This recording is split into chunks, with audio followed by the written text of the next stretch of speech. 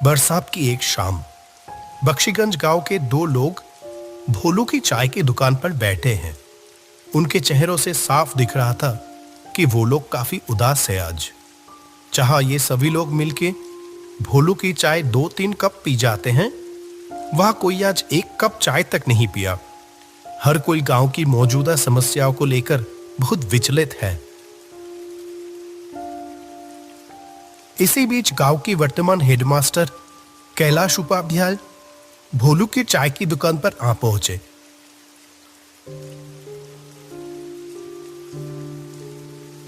अरे रामलाल, माधव, तुम लोग यहाँ इतना उदास होके क्यों बैठे हुए हो?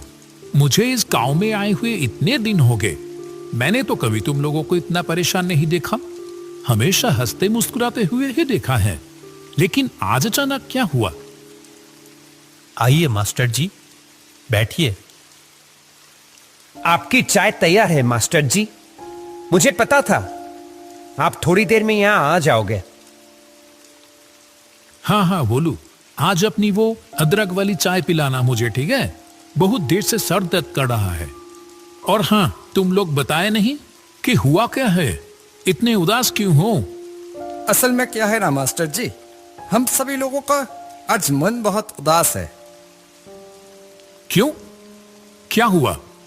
इतने खूबसूरत गांव के लोगों के साथ घुलने मिलने से किसी का भी मन बेहतर हो जाएगा, लेकिन उन्हीं लोगों को आज अचानक क्या हुआ?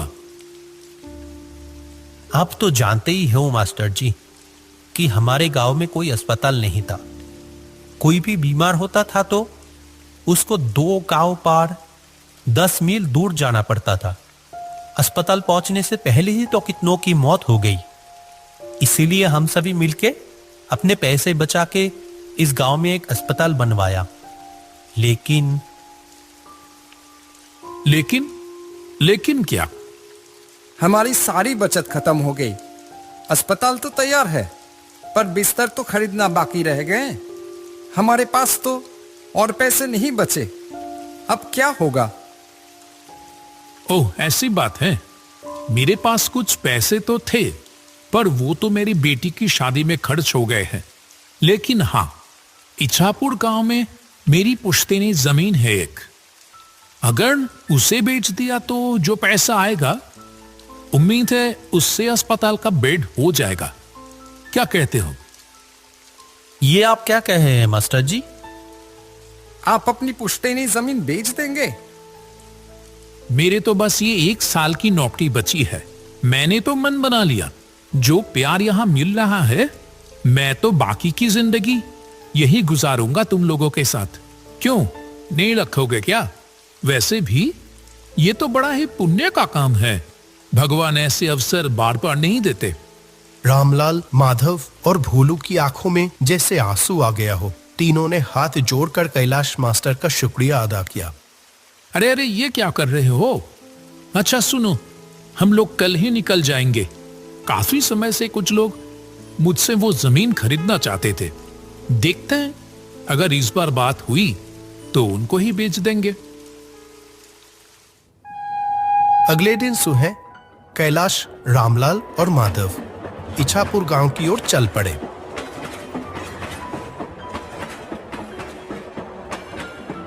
जब वह ट्रेन में थे, बाहर बहुत जोर से बारिश हो रही थी। आसमान काले बादलों से ढका हुआ था और हवा भी बहुत तेज चल रही थी। ये बारिश तो रुकने की नाम ही नहीं ले रही है। मैं भी तो वही सोच रहा हूं, इतनी बारिश में जाएंगे कैसे? वहां एक नदी भी तो पार करनी होगी। आपका गांव क्या स्टेशन से बहुत दूर है? स्टेशन में उतर के पहले हम लोगों को नदी के किनारे पहुंचना होगा, फिर वहां से नाव लेके नदी पार करके जाना होगा मेरा गांव। ऐसे ही बात करते करते समय बीतता चला गया। आखिरकार जब तीनों स्टेशन पर पहुंचे, वो शाम हो चुकी थी। सुनसान स्टेशन पर बस वो तीनों आके ही उतरे। अभी तो बारिश थोड़ी रुकी है, चलो देखते हैं जल्दी से नाव घाट पर पहुंच पाते ही या नहीं। वो तीनों स्टेशन से बाहर आ गए। आसपास कोई भी नजर नहीं आ रहा था। बारिश के कारण रात का अंधेरा अन्य दिनों के मुकाबले कुछ ज्यादा ही था।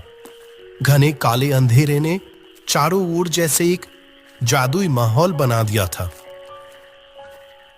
वह स्टेशन के पास एक बरगद के पेड़ के नीचे आके रुके। यहीं पर रिक्शा मिलता था। आज तो एक भी रिक्शा नहीं दिखाई दे रहा। इतनी बारिश की मौसम में क्या ही मिलेगा। किसी ने तो उम्मीद भी नहीं की होगी कि इतनी बरसात की रात में भी कोई आखिरी ट्रेन से यहां आ भी सकता है। अब क्या किया जाए? चलो पैदल ही चलते हैं। मुझे तो कोई और रास्ता दिखाई ही नहीं दे रहा। मौसम भी तो कुछ ठीक नहीं लग रहा है। अगर फिर से बारिश आ गई तो? वो तीनों अंधेरे में ही आगे बढ़ने लगे।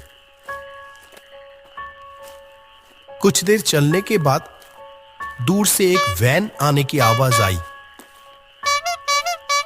लगता है कोई वैन रिक्शा आ रहा है इधर ही। रुको रुको। कुछ ही देर में दूर से कच्चे रास्तों में एक वैन आती हुई दिखाई दी। कैलाश ने उस चालक को देखते ही पहचान गया। कहा, अरे रतन भैया, आपसे मिले हुए कितने महीने हो गए। वो आदमी कैलाश को थोड़ी देर देखा, फिर कहा, अरे कैलाश, कैसे हो? अपने घर जा रहे हो क्या? जी रतन भैया, मैं तो ठीक हूं। ये दोनों हैं रामलाल और माधव। मैं जिस गांव में अभी मास्टर हूं, ये दोनों उस गांव से ही है। हम सब तो अभी मेरे घर जा रहे थे।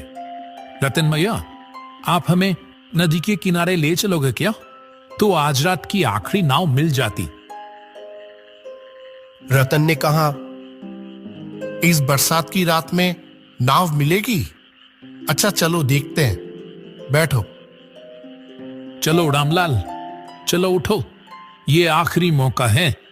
अगर ये निकल गया तो सारी रात यहीं रुक के बारिश में भीगना पड़ेगा। चलो चलो। सभी लोग वैन पे जाके बैठ गए। अंधेरे में ही वैन आगे बढ़ने लगी।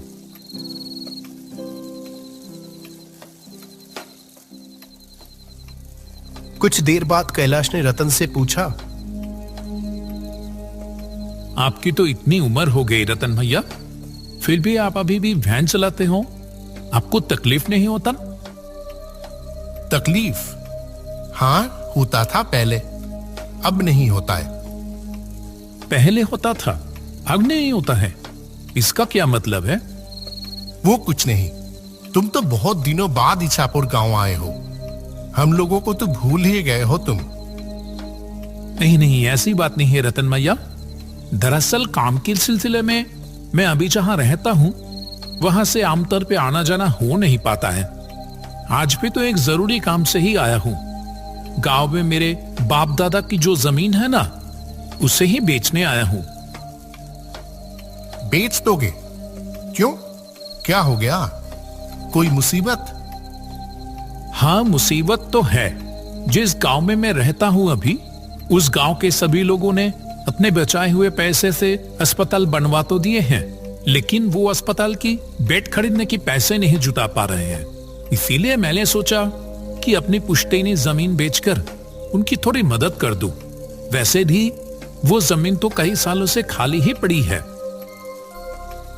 क्या बात है कैलाश, तुम सचमुच इछापुर गांव का गर्व हो। अरे नहीं नहीं, ऐसी कोई बात नहीं। ये देखो ना, ये रामलाल, माधव, ये सभी भी किसी से कम है क्या? ऐसे ही बातचीत चलते चलते सभी लोग नदी के किनारे आ पहुंचे। जब वो तीनों नदी की ओर देखें, तब नदी बहुत तेज बह रही थी। जो नदी हर वक्त शांत रहती थी, वह आज बिल्कुल अलग दिख रही थी। नदी के किनारे कुछ नाव बंधी हुई थी, लेकिन चलाने वाला कोई भी दिखाई नहीं दिया। जो सोचा था वही हुआ। एक भी माझी घाट पर नहीं है। वैसे भी इतनी रात हो गई है और फिर बारिश। कोई क्यों ही रहेगा अभी? ये तो बड़ी मुसीबत हो गई मास्टर जी।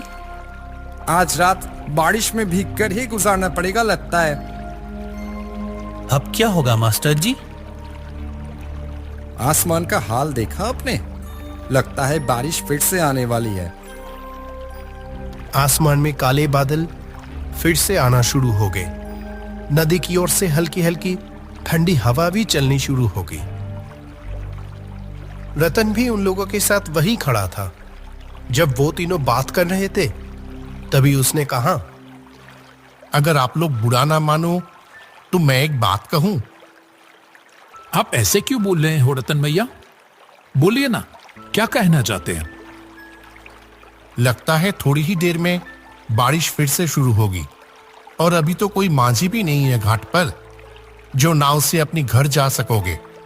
उसके बजाय एक काम करो, वो देखो सामने ही मेरा घर है। सब लोग वही चलो, आज की रात वही गुजार लेना। हाँ, सही कह रहे हो आप। इससे पहले भी तो कितनी बार आपकी गाड़ी में स्टेशन गया हूं आपको आपके घर से बुला के। क्यों रामलाल, माधव, और तो कोई रास्ता नहीं दिख रही है। आज की रात वही गुजार लें। रतन भैया आज हमारा कितना बड़ा उपकार किया है, क्या बताओ। हाँ, माधव ने सही कहा। हम रतन भैया के घर पे ही चलते हैं, नहीं तो इस बरसात की रात में बड़ी मुसीबत में पड़ जाएंगे। सभी लोग मिलके रतन की घर की ओर बढ़ने लगे। जैसे ही वो घर के अंदर घुसा, एक अजीब सी बदबू आने लगी अंदर से, मानो बहुत दिनों बाद कोई इस घर को खोल रहा हो। रतन भैया, घर के अंदर इतनी बदबू क्यों? ये फर्श भी कैसा भीगा भीगा सा लग रहा है। असल में ये घर तो आधी समय बंद ही पड़ा रहता है। मैं तो अपनी गाड़ी लेकर बाहर ही रहता हूं और पानी शायद खिड़की से अंदर आया होगा। कमरे की कोने में एक टूटी खुली हुई खिड़की से हल्की सी रोशनी आ रही थी। घर में खाना तो कुछ नहीं है। मैं तो आप लोगों के लिए खाने का इंतजाम ही नहीं कर पाया। आप उसकी चिंता मत करो। इतनी खराब मौसम में रात को रहने के लिए जगह मिल गई, इससे ज्यादा और क्या चाहिए? अगर आप नहीं होते तो आज रात हम लोग कैसे बिताते, भगवान ही जाने। अरे ऐसी कोई बात नहीं है। ठीक है, आप लोग सो जाओ। और आप कहां रहोगे? मैं बाहर सो जाऊंगा, कोई परेशानी नहीं होगी। क्यों, आप हम लोगों के साथ सो जाओ ना। नहीं नहीं, मुझे कोई दिक्कत नहीं होगी। ये बोल के रतन बाहर चला गया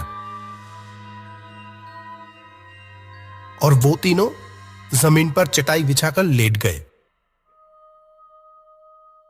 तब गहरी रात, अचानक कैलाश की नींद खुल गई। एक अजीब सी आवाज आ रही थी, जैसे कि कोई घर से थोड़ी दूर जमीन खोद रहा हो। कैलाश शुरू में तो नजरअंदाज करता रहा, लेकिन आवाज और तेज होने लगी। जो वो काम कर रहा था, जैसे कि वो किसी की परवाह किए बगैर ही किया जा रहा था। ये आवाज कहां से आ रही है? चोर आ गया क्या? कैलाश तेजी से उठा और खिड़की के पास आकर बाहर देखने लगा। रतन भैया घर से थोड़ी दूर पेड़ के नीचे खुदाई कर रहा है।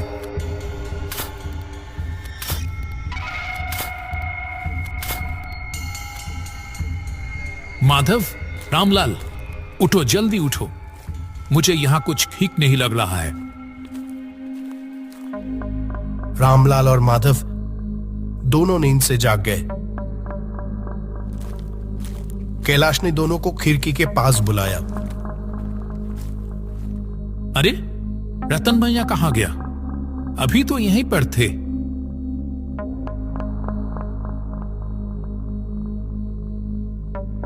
आपने ठीक देखा था मास्टर जी?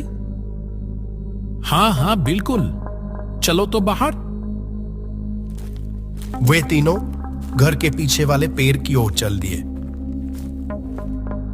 ये देखो, यहाँ पेड़ के नीचे जमीन पर कुछ है लगता है।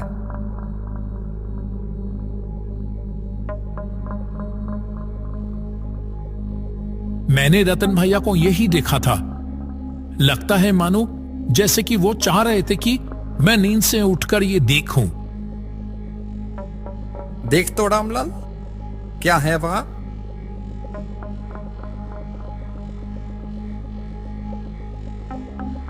मिट्टी को हाथ से थोड़ा हिलाने पर रामलाल को पैसों से भरी हुई एक कलश दिखाई दी।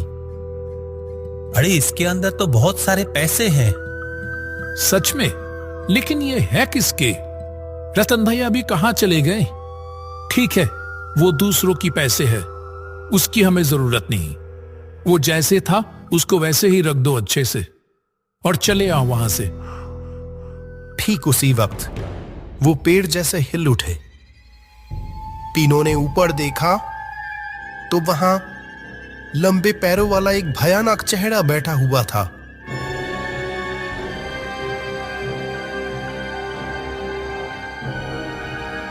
डरो मत कैलाश, मैं रतन हूं। मैं यही देखना चाहता था कि क्या तुम समय के साथ लालची तो नहीं हो गए हो। तुम सच में गांव का गढ़ हो कैलाश। तुम चाहते तो ये पैसे आसानी से ले सकते थे, और मैं अकेला बूढ़ा आदमी तुम तीनों के सामने तो टिक भी नहीं पाता। जहां तुम्हें पैसों की इतनी जरूरत है और यहां इतने सारे पैसे हैं। लेकिन आप? मैं 1 साल पहले ही मर चुका हूं। एक दिन मैं अपनी वैन लेके लाइन के उस पर जा रहा था। ऐसे में एक ट्रेन आके, छोड़ो उस बात को, मैं मर तो चुका हूं, लेकिन मेरे बचाए हुए पैसों की वजह से मुझे मुक्ति नहीं मिल रही थी। मैं किसी सच्चे इंसान की तलाश में था। आज मुझे वो मिल गया। आप लोगों से बात करके ही मैं समझ गया था कि आप लोग सच्चे इंसान हैं। मैं थोड़ा जांच लिया बस। ये पैसे ले जाओ और अस्पताल के लिए लगा दो। तुम्हें अपना पुश्तैनी जमीन बेचने की कोई जरूरत नहीं है कैलाश। यहां जो पैसे हैं उससे अस्पताल का काम पूरा हो जाएगा। रतन भैया, अब मुझे मुक्ति मिलेगी। आप सब लोग अच्छे से रहना। ये कहते हुए रतन का भयानक चेहरा हवा में गायब हो जाता है। वो तीनों बस पैसों से भरे हुए कलश को देखते रह गए। बारिश की रात एक भूतिया घर में बिताए हुए वो पल उन लोगों के मन में पूरी तरह से कैद होके रह गया।